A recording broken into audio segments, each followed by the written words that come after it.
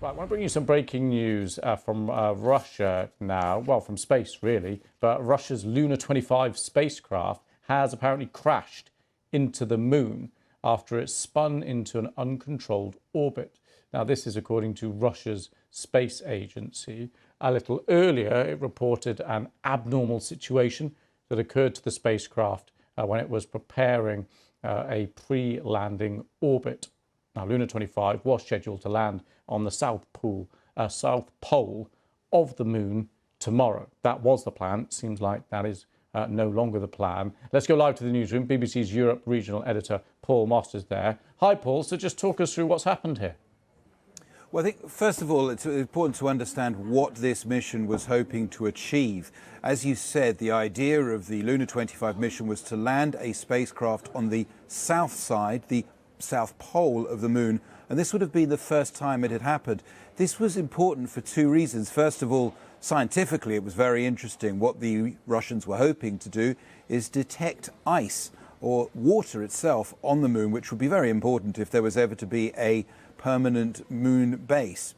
However, this project was also all about prestige, and I think this is why this latest development is so important.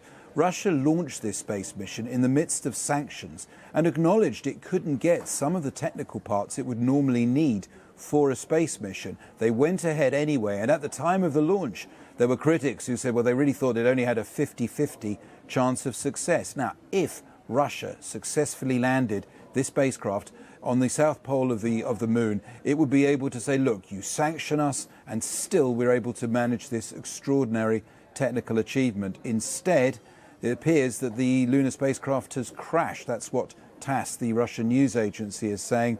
And so that, I do think, is not going to do anything for Russia's sense of prestige at the moment. We don't know exactly what happened, but it certainly was very close to the moon when things were going right. Only on Saturday, the Russian space agency was showing off about the success of the mission.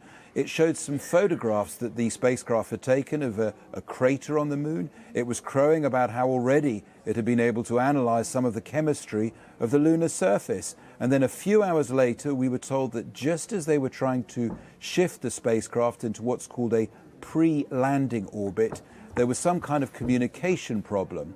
And the latest we've heard, the announcement from Rosnosov, the Russian space agency, they said, to put it rather bluntly, they said, as a result of a collision with the surface of the moon, the spacecraft no longer exists.